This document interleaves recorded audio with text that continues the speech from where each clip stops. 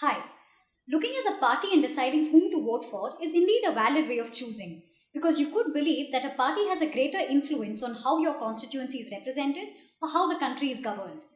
But let us think this through a little. You can decide that a party is important because you could believe that the party's vision is better than that of the others.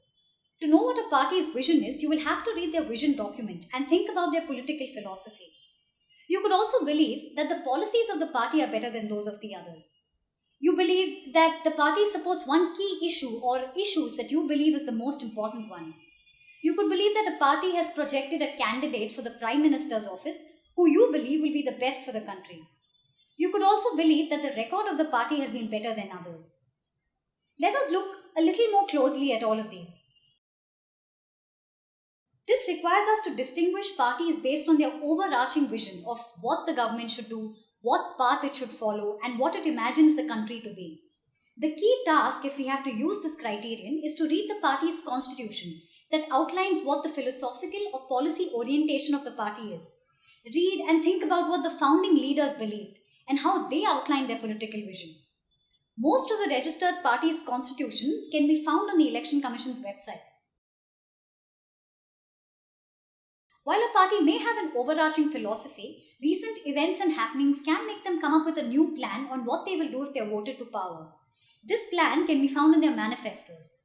Though they draw upon the foundational documents, manifestos are election specific and they tell us what the party's views are on specific issues and how they plan to pursue their policies.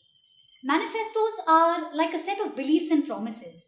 And if you do want to vote for a party because of their policies, then it is important that you read and think about the manifesto. It is a way in which you decide what you think is the most important thing that is facing the country or that matters the most to you. Now, once you've decided what this issue is, you need to compare the positions of the different parties on this key issue and then decide which party best represents your position. In the Indian system, we do not vote for a prime minister. In fact, it is only after all the MPs have been elected that the party or group with the most number of MPs elects their leader, who is then supposed to be sworn in as the prime minister. Remember, this is in keeping with the idea that we vote for candidates who in turn elect their leader, who then becomes the prime minister. But we do see that parties either openly or sometimes all but openly project a PM candidate and then ask for votes in the name of this person. In other words, your vote can become a proxy vote for a PM candidate. And some may use this as a way of casting their vote if they prefer one person over another for the post of the PM. A fifth way of choosing a party to vote for is to decide on the record of the party.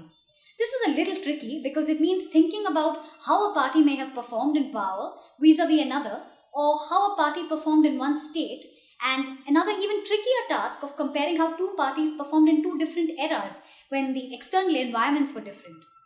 But it is still a yardstick you can use. To make your job simpler, we have another assessment sheet you could use to decide which party you want to vote for. If there's some other yardstick you use, add it to the assessment sheet and then rate all the parties. Let's go over the parameters once again. Vision of the party, policies of the party, key issue, PM candidate of the party, and record.